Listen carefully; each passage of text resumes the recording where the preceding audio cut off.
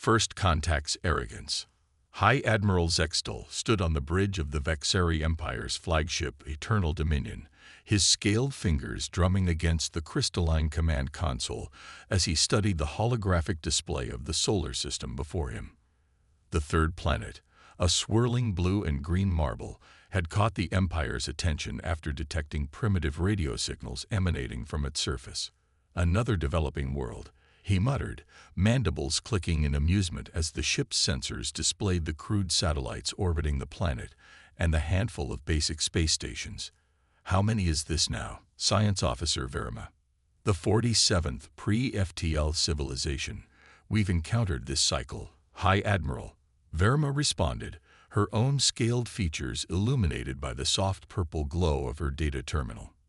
Though these, humans as they call themselves, show some interesting variations from standard development patterns. Zextal's secondary eyes narrowed. Explain. Their technological progression is highly erratic. They achieved nuclear fission nearly 8 decades ago, yet they've barely established a permanent presence beyond their atmosphere. However, their information technology and artificial intelligence research is advancing at an unprecedented rate. The High Admiral dismissed this with a wave of his hand. Irrelevant. Their military capabilities. Primitive chemical rockets, kinetic weapons, and a small fleet of what they call defense vessels. Nothing that could challenge even our smallest corvette, though our deep scans are experiencing some unusual interference. Atmospheric distortion, no doubt. Zextal interrupted. Prepare the standard subjugation package. We'll give them the usual choice. Peaceful integration into the Empire, or forceful incorporation. His mandibles clicked again, this time in anticipation. It had been too long since the fleet had seen any real action. Deep beneath the Rocky Mountains, in a facility that officially didn't exist, General Sarah Chen watched the same alien vessel that was observing Earth. Unlike the Vexeri, however, she wasn't amused. She was smiling. They're doing exactly what we expected, she said to the assembled group of military leaders and scientists in the bunker's command center. Scanning our visible infrastructure, dismissing our capabilities, preparing for what they assume will be an easy conquest. Dr. James Martinez, head of Project Prometheus, nodded as he adjusted his glasses.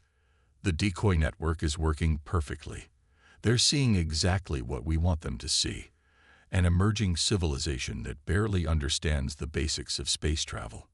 What they don't know, Chen continued, turning to face the room's main display, is that humanity has been preparing for this moment for decades. Ever since we detected their first scout ships at the edge of our solar system 15 years ago. The display showed the true extent of Earth's defensive capabilities. Massive underground manufacturing facilities, quantum computing centers powering advanced AI systems, and fleets of next-generation spacecraft hidden in underground bunkers and asteroid bases throughout the solar system. Most importantly, it showed the fruits of Project Prometheus, a revolutionary blend of human ingenuity and artificial intelligence that would soon shock the overconfident aliens. Status of the Lazarus Network? Chen asked. Online and ready, Martins replied. The distributed quantum AI is fully integrated with all defense systems. The moment they make a hostile move, we can have our entire real fleet deployed in under 6 minutes. Chen nodded, then turned to Admiral David Okonjo, commander of Earth's actual space forces. Your teams are ready. The Admiral's face was grim but determined. Every pilot, every crew member knows their role. We've drilled these scenarios thousands of times. The Vexeri think they're dealing with primitive savages who will either submit or be easily conquered. They have no idea they're walking into a trap decades in the making. In orbit, High Admiral Zextal was preparing to send his ultimatum to the primitive planet below. He had done this dozens of times before. The message of peaceful submission backed by an overwhelming show of force. The natives always either surrendered immediately or mounted a pathetically futile resistance before being crushed. As his communications officer prepared to broadcast the Empire's demands, Zextal allowed himself to feel a moment of pity for the humans. They had no idea what they were about to face. Their primitive weapons and small fleet of defensive vessels would be no match for the might of the Vexari Empire. What Zextal didn't know, what none of the Vexari knew, was that humanity's visible fleet was just the tip of the iceberg.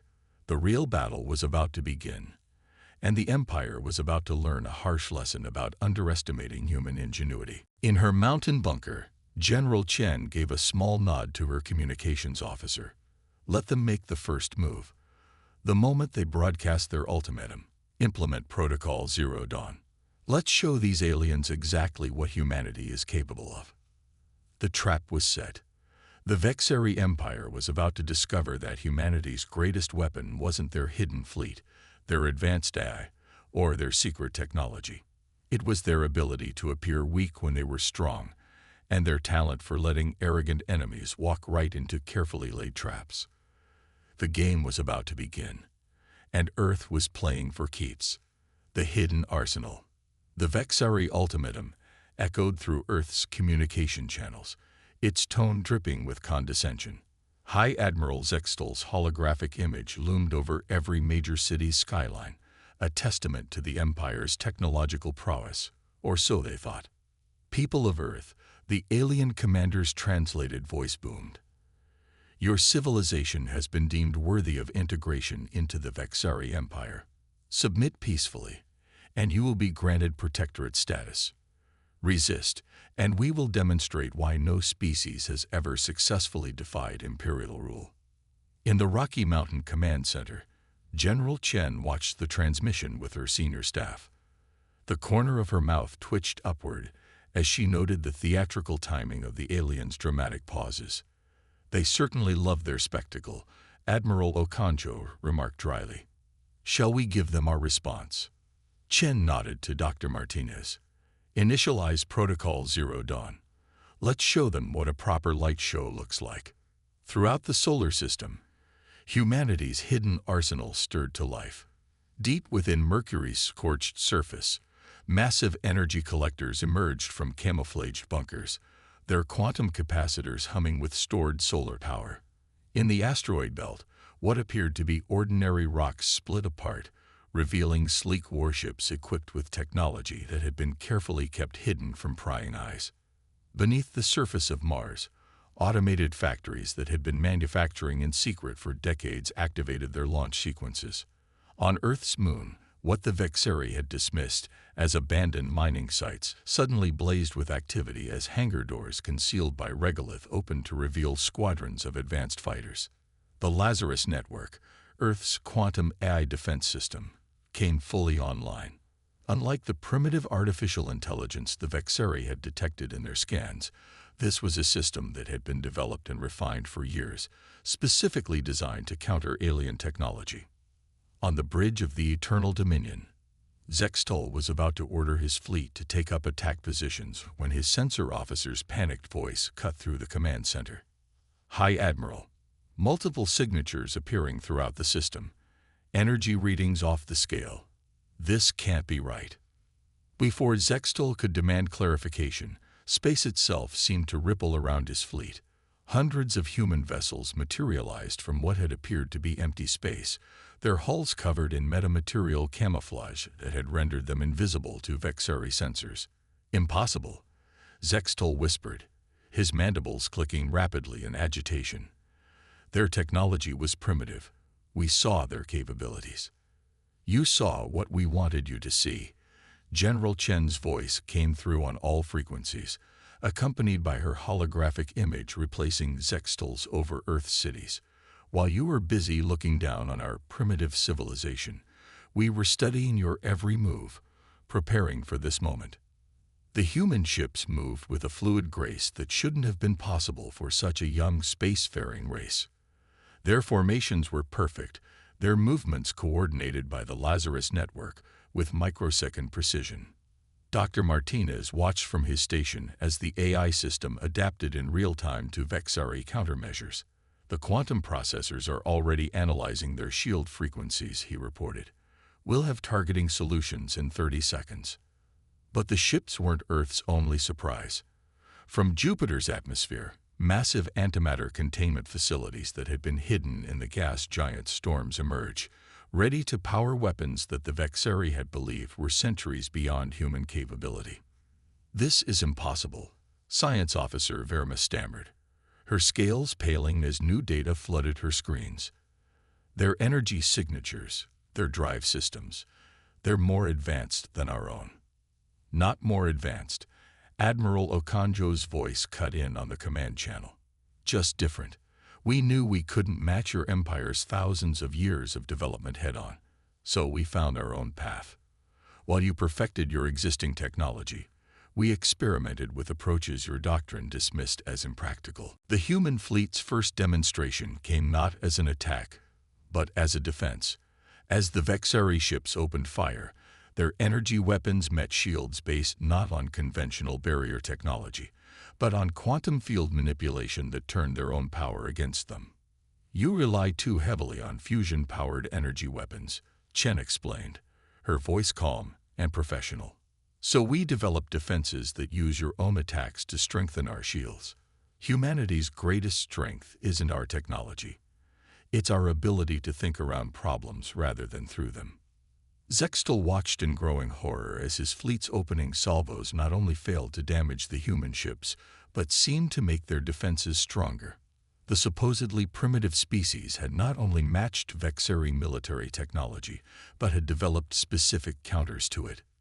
"Your civilization had achieved spaceflight barely a century ago," he protested. "This level of advancement should have taken millennia." "That's the problem with assumptions, High Admiral," Chen replied. "You looked at our visible progress and assumed you knew our capabilities. You never stopped to consider that we might be advancing along a completely different technological path than your empire." As if to demonstrate this point, the human fleet began to move in ways that defied conventional space combat doctrine. Ships linked their quantum fields, creating overlapping defense networks that seemed to ignore the normal rules of energy distribution. Fighters darted through space using drive systems that didn't match any known Vexeri propulsion technology. The hidden arsenal was fully deployed, and the Vexeri Empire was about to learn that humanity's greatest weapon wasn't their secret ships or advanced AI. It was their capacity for innovation and their ability to find unprecedented solutions to ancient problems. Tactical innovation. High Admiral Zextal had never faced a situation like this in his 3 centuries of military service. The supposedly primitive humans had revealed capabilities that challenged everything he thought he knew about technological progression. But the Vexeri Empire hadn't conquered half the galaxy by backing down from a fight.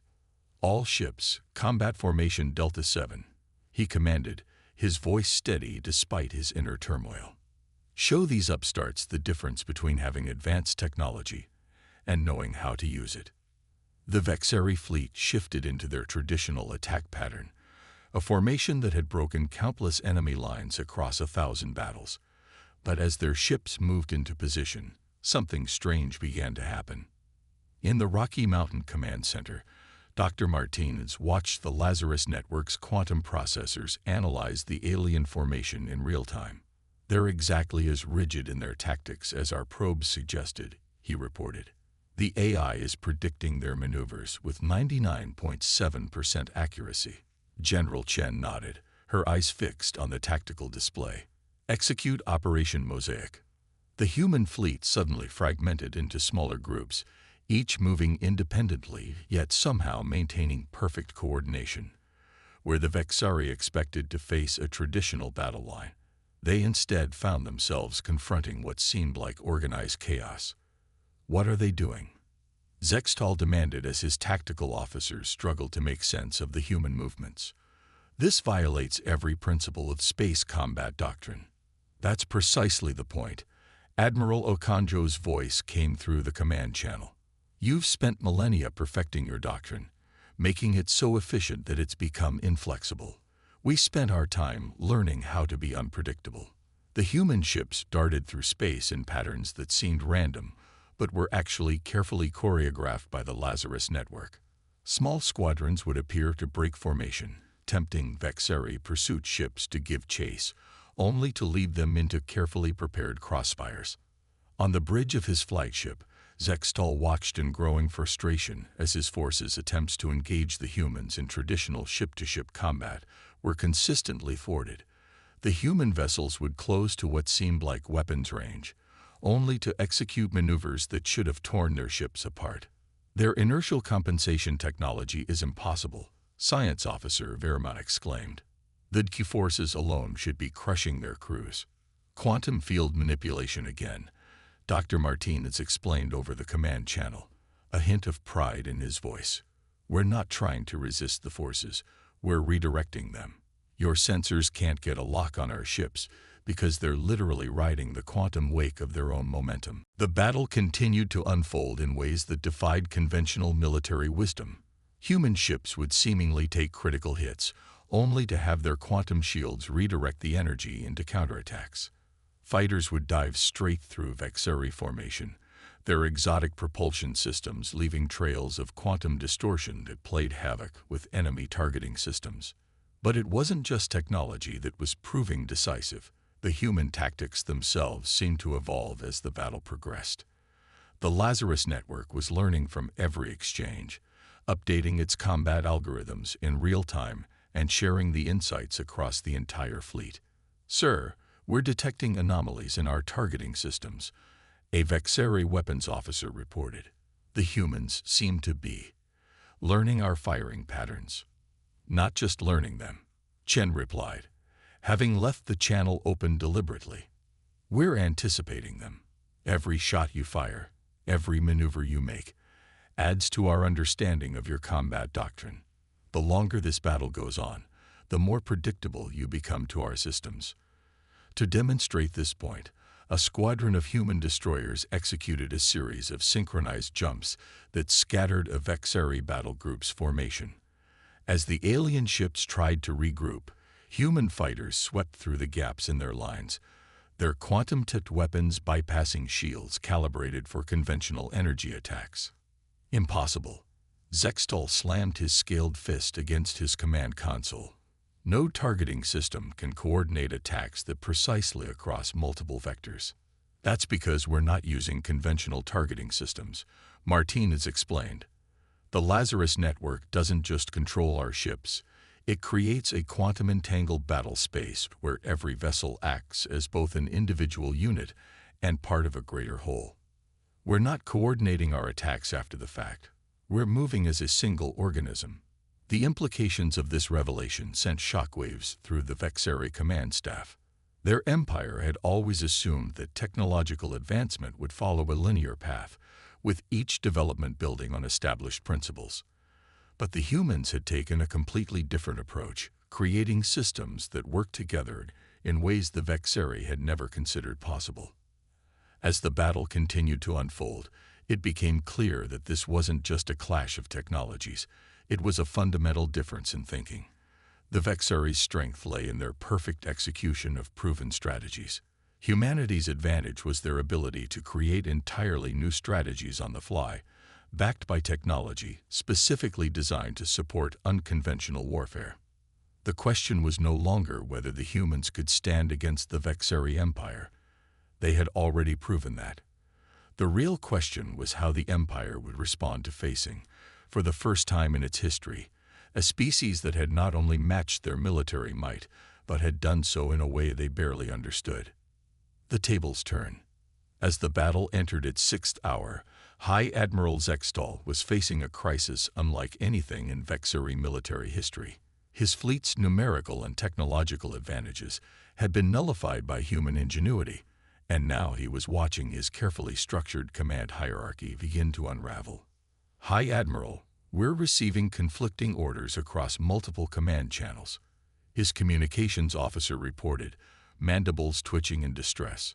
"Some ships are reporting direct commands from Imperial High Command." Zextal's scales darkened in rage. "Impossible. We're light years from the nearest Imperial relay station. How could they? Your communication protocols aren't as secure as you think." General Chen's voice cut in, her tone matter-of-fact rather than mocking. While your ships were scanning our primitive satellites, we were analyzing your command frequencies. The Lazarus network has been inside your systems since before the first shot was fired. In the Rocky Mountain Command Center, Dr. Martin is watched as the quantum AI executed its next phase of psychological warfare. The beauty of their rigid hierarchy, he explained to the assembled staff, is that no one questions orders from above. They're so convinced of their technological superiority that they never considered we might be able to hijack their command channels. The Lazarus network was now broadcasting contradictory orders across the Vexari fleet, each perfectly mimicking the authentication codes of different high-ranking commanders. Some ships were ordered to retreat, others to advance. Battle groups received conflicting targeting priorities, and support vessels found themselves responding to phantom distress calls. Admiral Okonjo's voice carried a hint of satisfaction as he addressed the Vexari commander. "You see, High Admiral, we studied your military history extensively. Your empire's strength comes from absolute unity of purpose and command. So we ask ourselves, what happens when that unity is shattered?" The answer was unfolding before Zextel's eyes. His once coordinated fleet was dissolving into chaos. Ship captains, trained to obey higher authority without question, found themselves paralyzed by competing orders, each appearing to come from legitimate command sources. This is a violation of all civilized warfare protocols.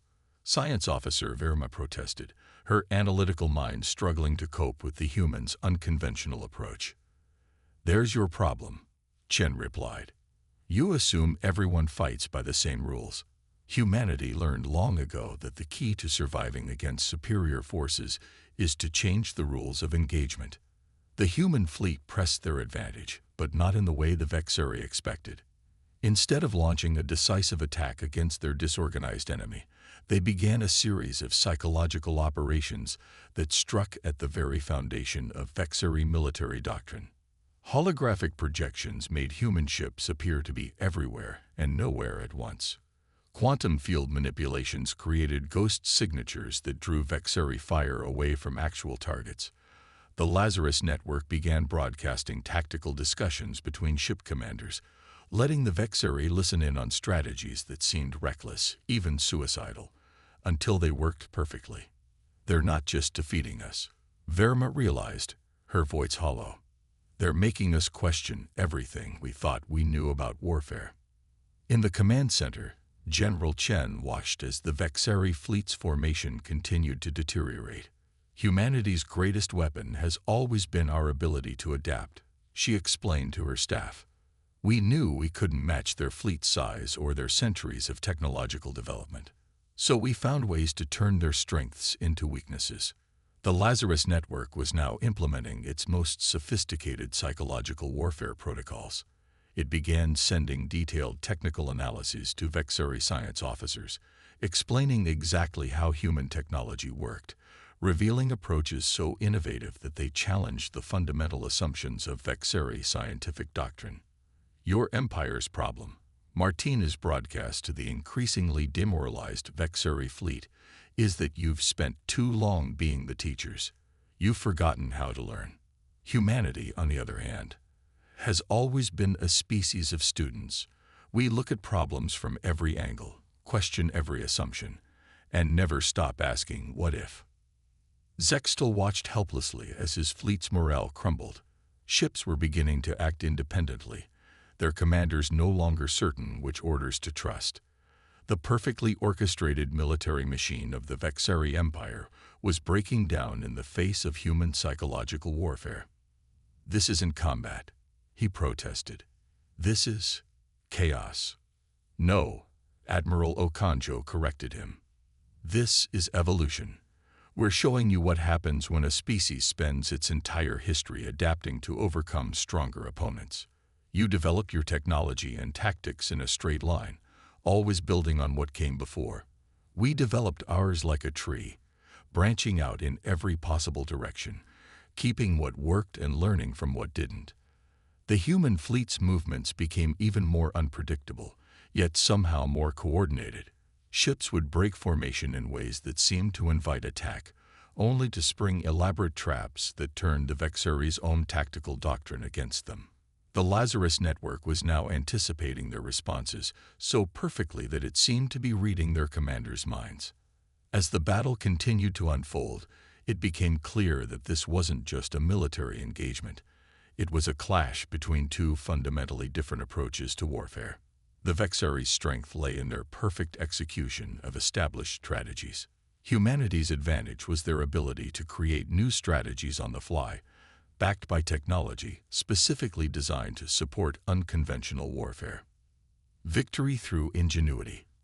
High Admiral Zextal stood on his flagship's bridge, watching his mighty fleet crumble before what he had dismissed as a primitive species. The Vexari Empire's greatest armada was being systematically dismantled not by superior firepower, but by an enemy that seemed to rewrite the rules of warfare with each passing moment. High Admiral, Verma's voice was barely a whisper. We're detecting energy buildups throughout the system. The humans are. They're moving the quantum fields between their ships into some kind of synchronized pattern. Before Zextal could respond, General Chen's voice echoed through the command channel. You fought admirably, High Admiral, but it's time to end this.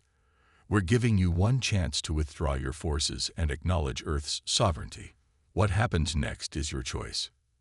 In the Rocky Mountain Command Center, Dr. Martinez monitored the Lazarus Network's final combat protocol. The quantum field synchronization is at 90%, he reported. If they don't withdraw, we'll be ready to demonstrate the full capability of human innovation. The scattered human fleet was moving into what appeared to be a completely exposed formation. To conventional military doctrine, it looked like suicide. But the Vexari had learned the hard way that human tactics rarely followed conventional wisdom. You cannot expect us to simply retreat, Zextal declared, though his voice lacked its earlier confidence. The Empire does not surrender to lesser species. That's your final mistake, Admiral Okonjo replied calmly. You're still thinking in terms of greater and lesser. We've been trying to show you that different doesn't mean inferior. But if you need one last demonstration. At Chen's command, the human fleet executed their masterstroke. The quantum fields between their ships suddenly linked together, creating a vast network of interconnected energy patterns. The Lazarus network coordinated the precise synchronization of hundreds of vessels, forming what appeared to be a single, massive quantum organism. By the First Empire, Verma gasped. The energy readings. They're creating some kind of system-wide quantum resonance field. The human ships began moving in perfect unison, their combined quantum fields manipulating space-time itself. Vexari weapons fire simply ceased to reach its targets, the energy dissipating into subspace before it could strike. Their sensors, already confused by human countermeasures, now showed impossible readings as space itself seemed to twist around the human fleet. This is what happens when you let go of assumptions about how technology should develop, Martinez explained to the stunned Vexari command staff. We didn't try to match your level of advancement. We found our own path. Each ship's quantum field amplifies the others, creating effects that shouldn't be possible according to conventional physics. The demonstration reached its climax as the human fleet's synchronized quantum fields began affecting the Vexari ships themselves. Engines suddenly lost power as their energy was redirected through subspace. Weapons systems went dark as their power signatures were absorbed and redistributed through the quantum network. Impossible, Zextal whispered. No species could develop such technology so quickly. Not quickly, Chen corrected him. Differently. While you were perfecting your existing technology, we were exploring possibilities your empire had never considered. We looked at problems from angles your doctrine dismissed as impossible. The Vexari fleet hung powerless in space, their mighty warships reduced to floating hulks by technology they barely understood. The Empire's greatest advantage, its technological superiority, had been turned against it by human innovation. Your civilization has achieved great things, High Admiral, Okonjo offered diplomatically, but you've become trapped by your own success. You stopped innovating because you thought you had already found the best solutions. Humanity never stops looking for new answers. In the command center, Shen watched as the Vexeri ship's power signatures fluctuated weakly against the background of Earth's quantum defense network. The question now, High Admiral, is whether your empire can learn from this encounter. Are you capable of admitting that there might be more than one path to advancement? Zextal looked out at his crippled fleet, at the human ships whose technology defied everything he thought he knew about scientific progression. In all his centuries of service, he had never faced a choice like this. The Empire had always either crushed resistance or, rarely, been forced to retreat and return with overwhelming force. But this was different. Perhaps, he said finally, his voice heavy with the weight of revelation. It is time for the Empire to learn some new lessons. The formal surrender of the Vexeri fleet marked more than just a military victory for Earth. It represented the triumph of innovation over doctrine, of adaptability over rigid tradition.